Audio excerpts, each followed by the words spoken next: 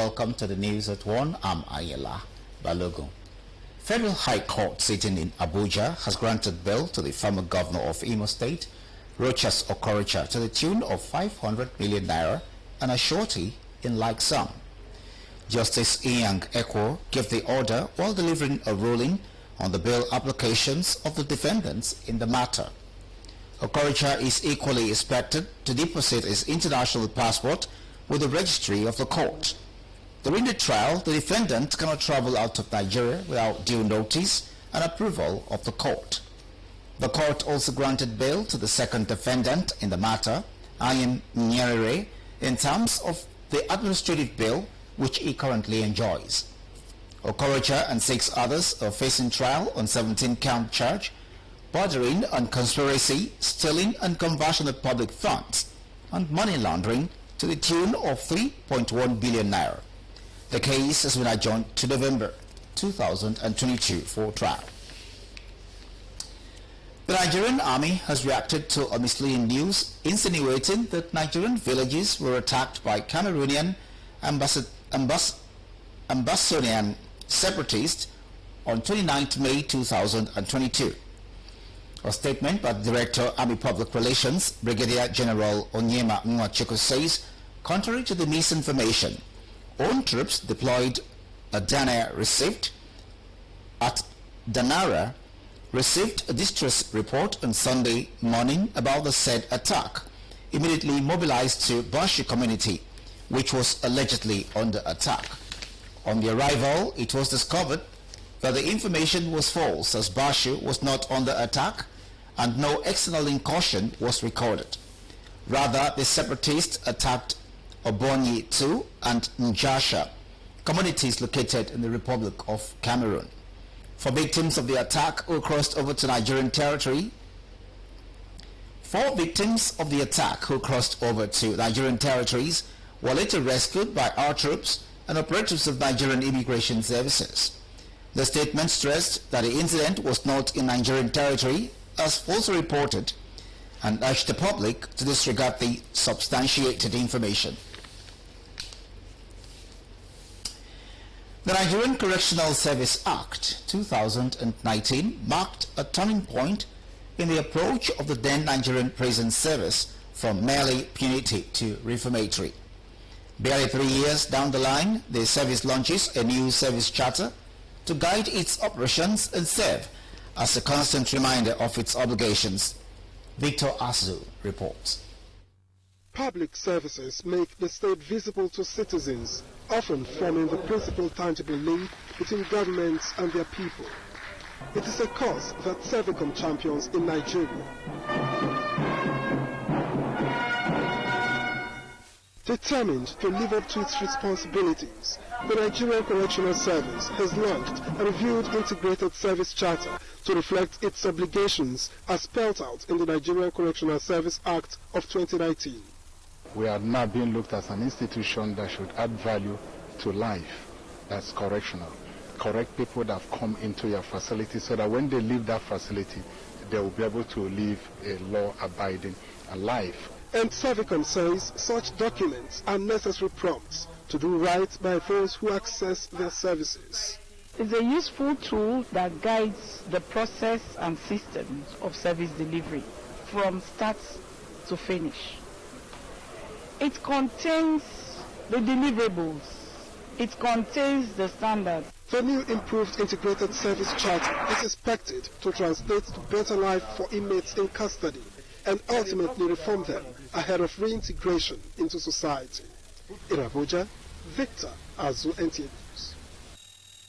The Methodist prelate, His Eminence, Most Reverend Samuel Uche, who was earlier abducted alongside the Methodist Bishop of Owerri, Right Reverend Dennis Mark, and the prelate's chaplain by gunmen on Sunday afternoon have regained their freedom. The clergymen were set to be released on Monday evening on hold. Prior to their release, Secretary of the Methodist Bishop Conference, Right Reverend Michael Akinwale, told the press that the kidnappers demanded 100 million naira ransom before they could be released. It could not be verified if the ransom was later paid to secure their release, as at the time of this report. The Methodist prelate and 2 other clergymen were abducted by gunmen along Enugu-Port Harcourt Expressway in Umunechi local government area of Abia State on their way back from a church program. In the meantime, the need for Nigerians to respect identity, language, tradition and culture of each of the ethnic groups in the country for peaceful coexistence and in the interest of nation building has been advocated. This was the outcome of the maiden edition of Ogu General Assembly Summit held at the Administrative Staff College of Nigeria, ASCON, Tokpo, Badagry, Lagos State. Anthony Gandano reports.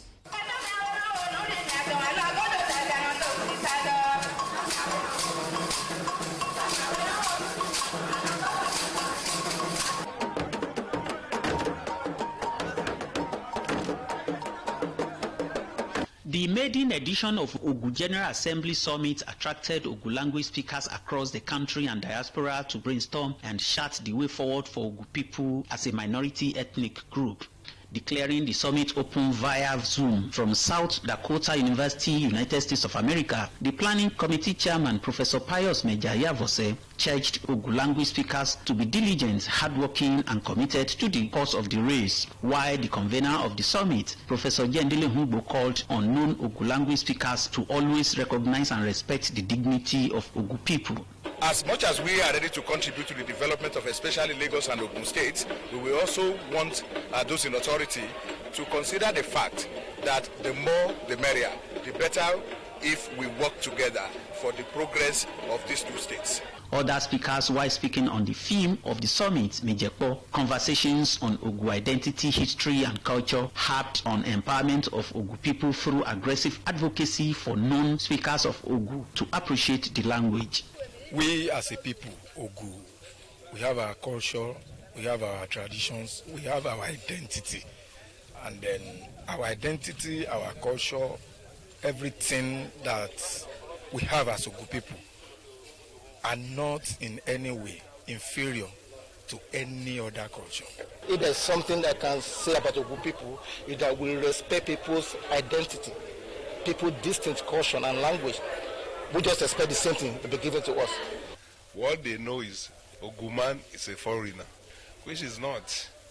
And as per history, as long as we have gone up to England, we know the part Ogu people has played as far as Nigeria is concerned. The event also witnessed presentation of scholarship award of 50,000 naira each to not less than 20 Ogu indigenes studying at various higher institutions across the country. Some royal fathers, the Akran of Badagry, Aholu Menutoyi I, represented Aholu Agano Toyinio I of Ajara Gamaden and Aholu Tono of Kogazebe, including the general manager NTA Abeokuta, Mrs. Fumi Wakama, represented by the assistant manager news, Anthony Gandonu, attended the event. From Tokpo Ascom Badagry, Anthony Gandonu, NTA News. Cross River State government has debunked reports of active cases of monkeypox in the state. The Director General, Cross River State Primary Health Care Development Agency, Dr. Janet Ekbayang, made the clarification while reacting to the latest report by Nigeria Center for Disease Control of 21 cases of the virus in the country, with Cross River State recording 2 cases. Maureen Leo Ajom reports. The Nigeria Center for Disease Control latest update on confirmed cases of monkeypox and listed Cross River State as recording 2 cases among the 21 cases of monkeypox recorded in the country. Curious to ascertain the status of the disease in the state, the Cross River State Primary Health Care Development Agency says there is currently no case of monkeypox in the state. Currently in Cross River State, we do not have any positive case or active case of monkeypox. However, we know that monkeypox is already in a lot of countries currently, and of course some other states in Nigeria had also recorded cases of monkeypox, but we are not also waiting until we begin to record positive cases we have already commenced sensitization across the states to ensure that our people are aware and, of course, can act proactively in, beginning to implement some of those measures or be very conscious of things, doing all those things that will help them prevent not just monkeypox but any other common diseases that we have in the environment. The Director General of the agency, however, disclosed that 2 cases were detected in February and were properly managed by the state government. Reiterating that there was no active case of monkeypox in any part of the state, she notes that there is a well-constituted health awareness and sensitization team on ground, while the state government is ready to dictate and manage any related cases. She, however, enjoined residents to take necessary precautionary measures to ensure a pandemic-free state. In Calabar, Maureen Leo Ajom, NTA News. A special edition of our news and current affairs program, Dialogue, will be brought to your viewing pleasure today at 6:30 in the evening. The 30 minutes package with a veteran broadcaster and first female to present sports on the largest TV in Africa, NTA, Modeli Sharafa Yusuf, captures her life experiences, career and passion to give back to the society. Join us at 6:30 p.m. for the interesting package. I decided to put my skills and my abilities and my talent and my commitment into serving people, because that's the next step. What else? After everything, what you should be doing next is service to the people. Join us at 6:30 p.m. for the interesting package. And in the world of business, banks tighten forex access as reserves hit 7-month low. Details in a business news segment with Yemi Dalemo. The country's external reserve hit a 7-month low after falling to $38.57 billion as of May 25, 2022, figures obtained from the Central Bank of Nigeria have revealed. Findings have shown that continuous decline in the country's external reserves used to defend the naira value is making the bank tighten access to foreign exchange to travelers and other legitimate users as scarcity bites harder. Due to scarcity, many banks are extending waiting period to access forex for foreign trips, thereby denying travelers with urgent trip access to apply for personal travel allowance or the business travel allowance request. Ogun State government say it is set to support micro and small enterprises across the state with 1 billion naira operational grants through the Ogun State COVID-19 Action Recovery and Economic Stimulus Program. A statement said the Commissioner for Finance and Chief Economic Advisor to the Governor, Dapo Kubadijo, stated that Governor Dapo Abeokuta, in partnership with the federal government and World Bank, was providing operational grants aimed at cushioning the effect of COVID-19 pandemic on micro and small enterprises. The initiative was in recognition of the present administration's significant contribution to the growth of the economy of the state, particularly in the area of job creation to the gross domestic products. That's it on business news. It's over to you, Idaresit. Thank you, Yemi. Up next is Sports Update with Olubide Eguntala. Following their arrival in New Jersey from Dallas on Sunday, 3-time African champions Super Eagles of Nigeria have stepped up preparations for their friendly match with Ecuador slated for Thursday evening, as well as next month AFCON 2023 qualifying matches against Sierra Leone and Mauritius. The focus of the training sessions was on close control, space management and clinical finishing. We always want to give our best when it's friendly and in competitions. And right now we are just ready. We'll just focus on the game against Ecuador to make sure we come out with a good one. Back home in the Nigeria Professional Football League, table toppers Rivers United will attempt to extend its lead points on the log when the team takes on Plateau United in one of the midweek encounters. MFM will try to move away from drop zone in an away mission to Aqua United. It will be a Southwest derby as Shooting Stars host Remo Stars. In another news, women football development in Nigeria is receiving the support of Turkan Energy for discovering and nurturing budding talent. This assurance emanated from the visit of the chairperson of female football in Nigeria, Aisha Falode, to the office of the oil and gas outfit.